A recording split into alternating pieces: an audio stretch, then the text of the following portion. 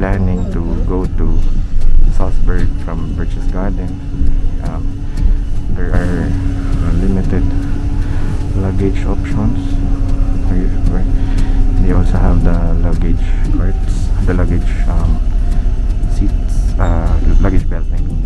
So you can firmly secure your luggage, but it's fairly limited. So you either have to be really early, or if you have heavy luggages, you might prefer to take a taxi. So see you on Salzburg. So guys, we've arrived at Salzburg Centrum. We have just visited the Sound of Music tour, and the tour usually starts at 9 a.m. and 2 p.m. but it lasts for 4 hours. So for a day tour, it's quite a tight schedule. So good thing the tour guide gave us a map, city map and tour book, so we can try check to out, figure out ourselves on what we will do here in Salzburg. Okay, we'll let you know, guys, what will our itinerary be. Bye guys. We're now here at the place where they shot one of the scenes in Sound of Music, the scene where they sang Do a Deer. So this is the place with the fountain, but the fountain's not yet open. So just flip the camera again. There you go.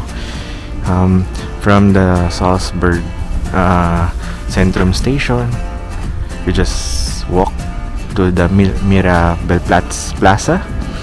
So you can explore the place, guys, and but we cannot come near because it's closed. So yeah, so it's really very easy to travel from Berchtesgaden to Salzburg.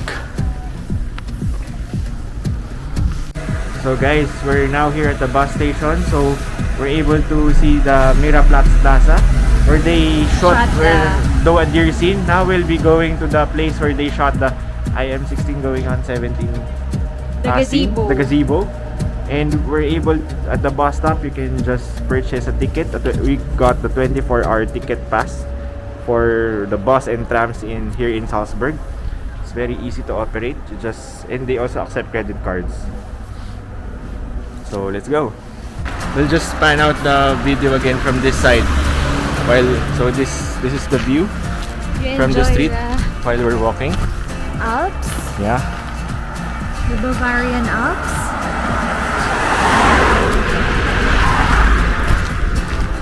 So now we're walking maybe it's around 160 meters from the bus stop, but just enjoy the views while you're walking.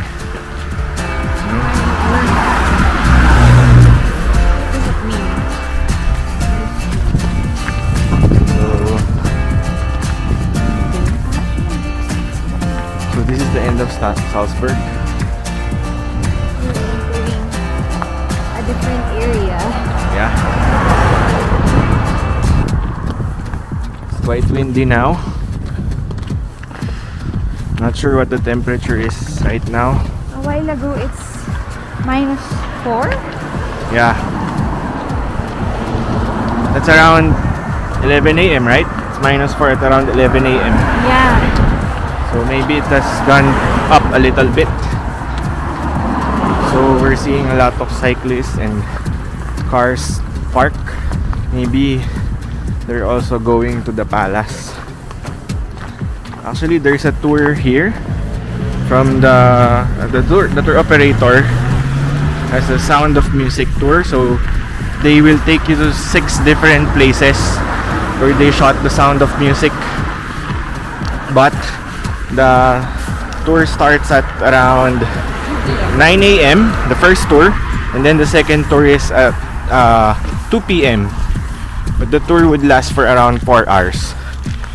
And actually it's a good if you have more time here in Salzburg, maybe we would recommend you to take the tour.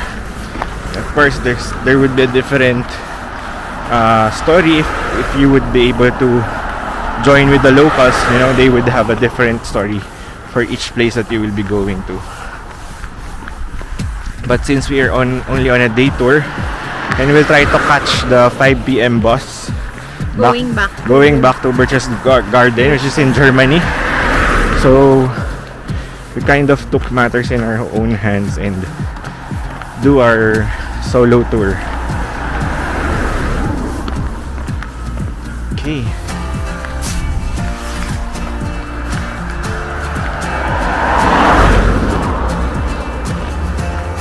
I hope you can also see the view from the mountain range. Is really beautiful.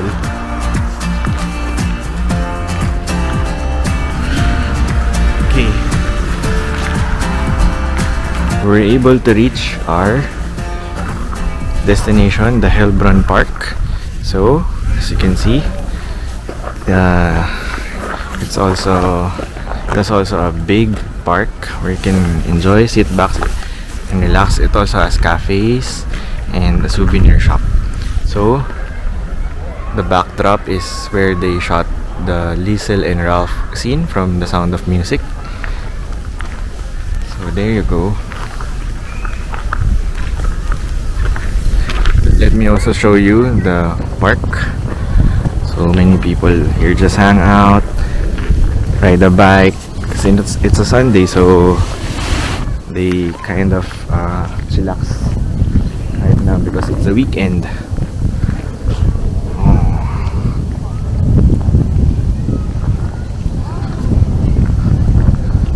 See?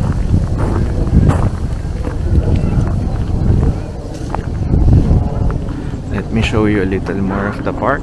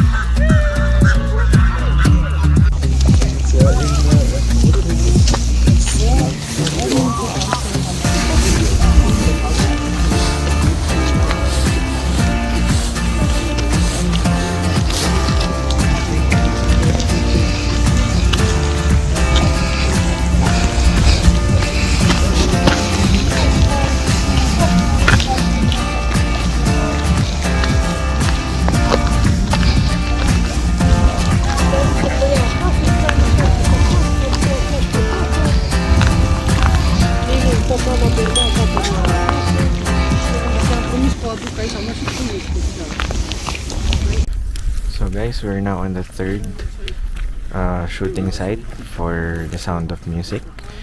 We were able to visit the former shooting place of the Von Trapp family mansion, which is also beside the lake. So as you can see, so that's the house. We'll try to zoom in so you can see. So that's the fort where they try to enter the house when they went out on a play date with Maria. And I think this is also the place where they climbed out the trees and their father saw them Wearing drapes that Maria has sewn. So actually this is cozy place. We're able to find a bench. It's a nice spot. Also, you can also enjoy the view here. You can see the Alps. You can see the docks on the lake. You can have a chillax time here. So I'll try to zoom in the house. But now I think it's already a hotel. Leopold Leopold's Cone Hotel. So, this is the name of the place.